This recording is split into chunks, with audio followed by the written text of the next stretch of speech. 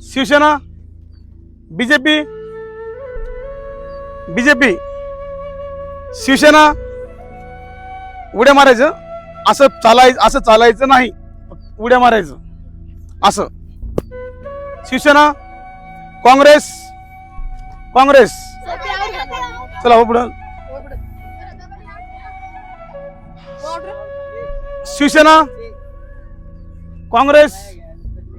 Shiv Sena BJP BJP Shiv Sena BJP Shiv Sena BJP BJP Shiv Sena BJP BJP